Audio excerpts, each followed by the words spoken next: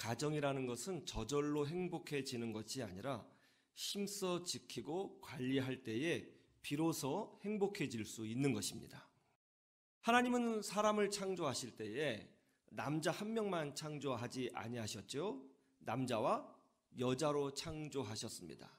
남자가 홀로 있는 것을 하나님께서 보시고 남자가 홀로 독처하는 것이 보기에 좋지 않다고 하셨어요. 그래야 하나님께서는 돕는 배필로 여자를 창조하셨습니다. 그런 후에 하나님이 보시기에 좋았다, 아름답다, 완벽했다, 그렇게 말씀해 주셨죠. 그러나 마귀가 가정을 파괴하기 위하여 여자에게 접근했습니다. 그리고 여자에게 접근해서 하나님께서 절대로 먹지 말라 한 선악과를 따먹도록 유혹했죠. 그래서 남자와 여자가 선악과를 따먹었습니다. 그러자 어떤 일이 벌어졌어요? 하나님이 아담에게 물으셨죠. 아담아, 내가 먹지 말라 한 선악과를 왜 먹었느냐? 그러자 아담이 뭐라고 이야기를 해요? 하나님께서 만드신 저 여자 때문에 제가 먹은 겁니다. 아니, 그전에는 내 뼈 중에 뼈요, 살 중에 살이라 그렇게 기뻐했으면서 선악과를 따먹고 나니까 싹 돌변해서 저 여자 때문에 내가 이렇게 된 거 아닙니까? 그렇게 했다는 거예요. 이처럼 마귀는 가정을 파괴하는 존재라는 것을 여러분 아셔야 합니다. 슈퍼마켓을 경영하는 한 부부 집사님이 있었어요. 이 부부는 정말 밤낮 없이 최선을 다해서 일을 했습니다. 이 두 부부에게는 아들이 한 명 있었는데요. 중학교 3학년짜리. 소망이 하나예요. 이 중학교 3학년 된 아이가 정말 잘 되는 거. 그거 하나 바라보고 밤낮으로 일을 했습니다. 그래서 영어과에, 수학과에, 과학과에, 국어과에, 그리고 태권도, 검도, 골프, 고해과에 마다하지 않고 최선을 다해서 아이를 교육시켰어요. 그런데 부모의 바람과는 달리 아이는 점점 반항기가 거세졌고요. 공부도 잘 하지 못했습니다. 하루는 제가 이 아이와 상담을 하게 되었습니다. 야, 너 꿈은 뭐니? 비전은 뭐야? 그러니까 이 중학교 3학년 아이가 뭐라고 말했는지 아세요? 제 꿈은요, 제가 망가지는 거예요. 그렇게 얘기를 하는 거예요. 저 그냥 막 살 거예요. 그래서 우리 엄마 아빠한테 복수할 거예요. 그러는 거예요. 그러면서 하는 말이 엄마 아빠는 돈밖에 모른다는 거예요. 자기는 관심이 없대요. 그래서 돈에 미쳐서 새벽같이 나가서 밤늦게 온다는 거예요. 그 아이하고 상담하는데 저는 그 집사님 부부가 불쌍하더라고요.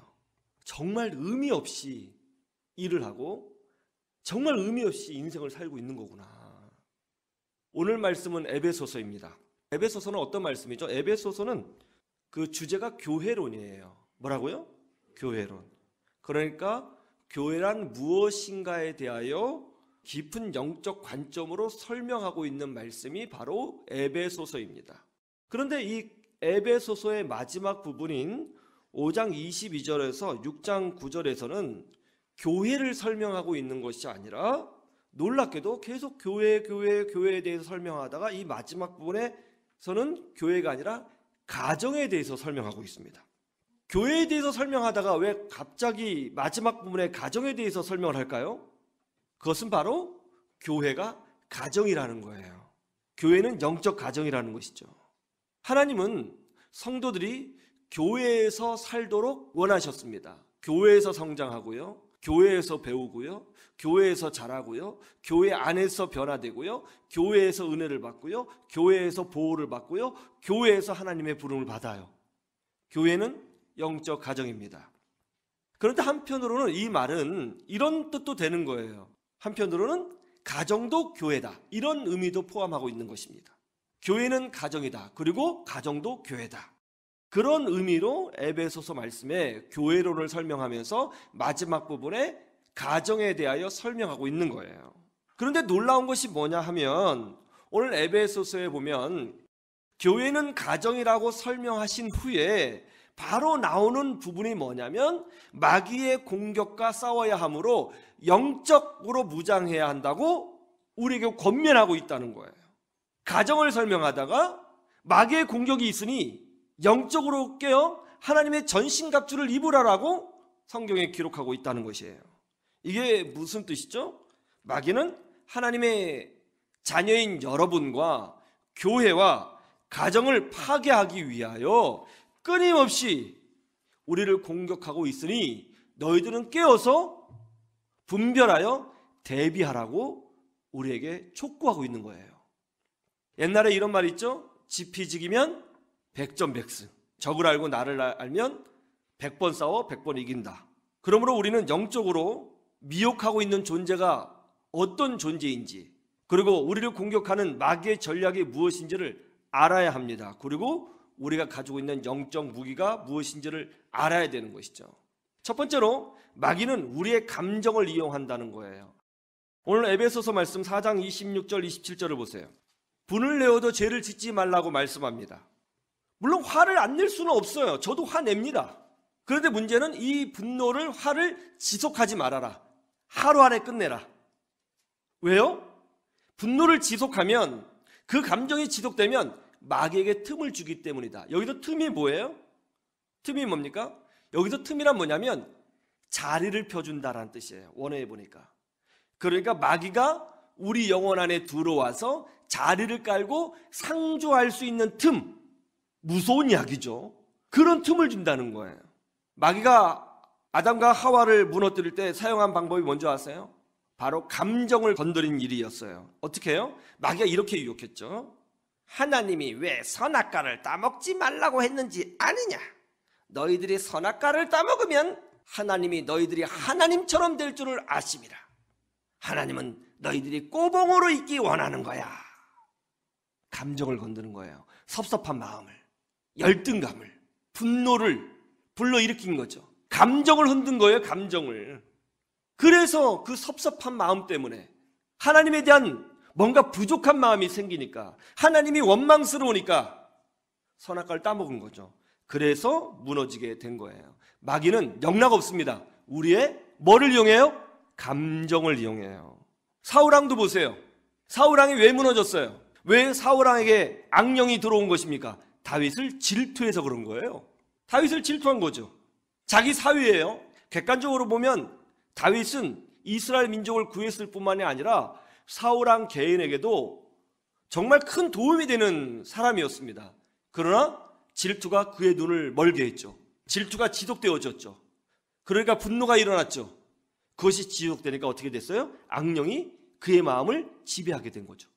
미움, 질투, 분노, 섭섭한 마음, 슬픈 마음, 오랫동안 맺혀있는 한 아픔, 이런 것들을 계속 품고 있으면 마귀는 그것을 이용해서 우리를 무너뜨리고, 가정을 무너뜨리고 우리 영혼을 좌절시키는 거예요. 전에도 제가 해드렸던 말씀입니다. 미국의 한 한인교회에서 있었던 일이죠. 한 부부가 헌금 특송을 담당하게 되었습니다.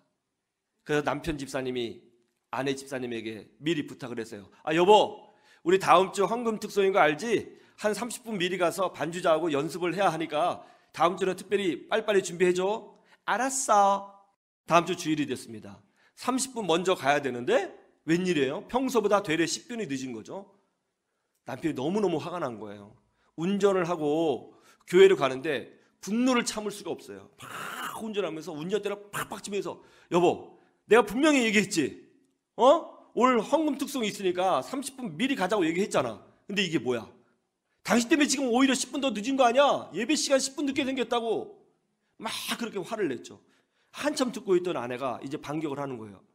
왜 자꾸 나한테 그래? 당신은 혼자잖아. 근데 나는 애 씻기고 애 밥 먹이고 옷 입히고 그거 다 했고 나오니까 늦을 수밖에 없지. 당신 좀 도와주면 안 돼? 그렇게 얘기하니까 남편이 화내는 거죠. 뭐 도와줘? 내가 안 도와줬어? 문제는 매번 이런다는 거야. 매번. 이게 한두 번이 아니잖아. 저번에 박사 논문 쓸 때도 당신 때문에 망쳤잖아. 이런 적이 한두 번이 아니야. 막 그 차에서 막 화를 내면서 싸우는 거예요. 남자의 분노가 식을 줄 몰랐어요. 너무 화가 나서 하지 말아야 될 말을 했다고 그랬죠. 당신은 말이야 항상 이런 식이야. 항상 나를 이렇게 망쳐서 항상 문제가 있어. 항상 늦어. 맨날 핑계대. 정말 당신은 말이야 내 인생의 암덩어리야. 그러니까 아내가 화를 났어요. 뭐? 다시 말해봐. 암덩어리? 그래, 암덩어리. 그러면 암은 제거해야 되는 거잖아. 그럼 내가 사라져 주면 되겠네 하면서 달리는 차에 문을 열고 뛰어내렸죠. 그런데 마침 맞은편에서 차가 한 대 왔는데 바로 치여서 직사했습니다. 이거 꽤 오래된 이야기인데요. 한인 사회를 떠들썩하게 했던 사건입니다. 아니, 은혜 받기 위해서 교회 가는데 이게 무슨 일이에요? 남편이 조금만 참았더라면 이 가정은 정말 행복한 가정으로 지금까지 살고 있었을 겁니다. 그냥 좀 늦으면 어떠냐고요. 우리 교회는요, 헌금 특송하다 늦잖아요. 괜찮아요. 전혀 괜찮습니다. 진짜 완전 괜찮아요. 그냥 싸우지 마세요. 제발. 오늘 못하면 그 다음 주 하고, 그 다음 주 못하면 내년에 하고, 내년에 못하면 10년 후에 하고. 할렐루야. 뭐 교회 좀 늦었다고 막 소리 지르지 마세요. 예? 괜찮아요. 괜찮아요. 너무 늦을 것 같으면 하루 전날 와 있든지. 아니, 교회 은혜 받으러 오면서 차 안에서 싸우고 소리 지르고 그 분노, 상처 품고 있고 마귀에게 틈을 주는 거예요. 마귀는 뭐를 이용한다고요? 우리의 감정을 이용한다고요. 원수 마귀의 전략을 여러분 분명히 알고 있으셔야 합니다. 저들은 우리의 부정적인 감정을 아주 교묘하게 이용합니다. 그러므로 여러분 마음에 부정적인 마음이 생겼잖아요. 그것을 여러분의 생각이라고 단정 짓지 마세요. 섭섭한 마음이든지 열등감이든지 두려움이든지 불안이든지 미움이든지 질투든지 이런 부정적인 감정이 올라오면 악한 마귀가 이것을 이용해서 나를 흔들 수 있겠구나. 그거 딱 인식하셔야 되는 거예요. 그리고 그때 여러분은 마음을 딱 정리하시고 하나님께서 내게 주신 감사가 무엇인지를 세워보는 거예요. 그리고 의도적으로 억지로라도 하나님께 감사하도록 노력하셔야 되는 것입니다. 그러면 악한 마귀 물러가고 승리하게 되는 줄로 믿습니다.